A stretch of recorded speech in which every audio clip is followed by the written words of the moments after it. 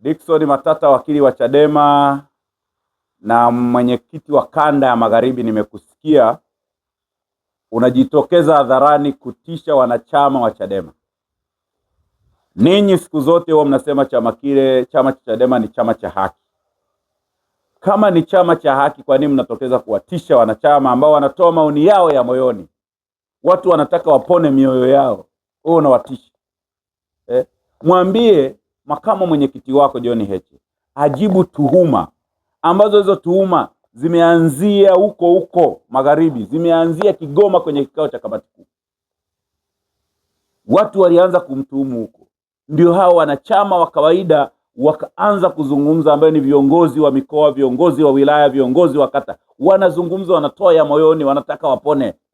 Makamu mwenyekiti ni mwizi, makamu mwenyekiti ni mbadhirifu, makamu mwenyekiti ameiba hela za tone, hela za wadau, hela za ruzuku. Anatakiwa makamu atoke ajibu tuhuma zake. Lakini leo mnajiita chama cha haki, afu unasema utawapeleka mahakamani. Ni kuwatisha wanachama ambao wana maoni ya kawaida kabisa, ambao chama chenu mnajiita chama cha demokrasia. Sasa kama nyinyi mna uwezo wa kuisema serikali, wanachama wenu kuwasema ninyi, mnakasirika, mnaanza kuwatishia mahakama, mtawafunga, sijui ni penal code. Mbona nyinyi hamna mtu aliyotishia na penal code hapa? Sijui chama chetu, sijui ni haya, unasema wanachama wale sio wanachama wa chama chenu. Yaani yule mwenyekiti wa Morogoro amewapelekea moto, mkamuondoa, karudishwa kwa nani za msajili wa vyama vya siasa, kwa sababu anajua sheria zake, anajua taratibu.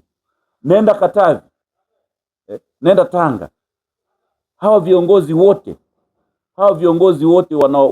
wanaozungumza ni wanachama wa Chadema. Sasa kwa sababu ninyi mmeamua kwa makusudi kabisa kudanganya umma wa Tanzania, lakini Heche angejitokeza akajibu tuhuma zake za msingi anazodaiwa na wanachama wake, ingekuwa nzuri zaidi. Lakini kila mtu, nilikuwa namwambia Matata, kila mtu abebe msalaba wake. Ambaye amekuwa anatuhumiwa kwenye ubadhirifu abebe msalaba wake, ambaye anamtuhumu naye abebe msalaba wake, lakini sio kuwatisha wanachama wa Chadema. Wale wanafuata taratibu za chama chao, kwamba chama chao ni chama cha haki. Mwambie makamu mwenyekiti ajibu tuhuma anazotuhumiwa na wanachama wake. Nchi nzima hajawahi kutokea. Huyu anaibuka, watu wanatoa ya moyoni. Kwa leo kuwatisha sio suluhisho la kusaidia kile chama. Kwa mwambieni makamu mwenyekiti, ndio mwenye chama sasa hivi, ajibu tuhuma, aache utetezi wa kuwatuma wakina Matata adili na kanda yake ya Magharibi huko.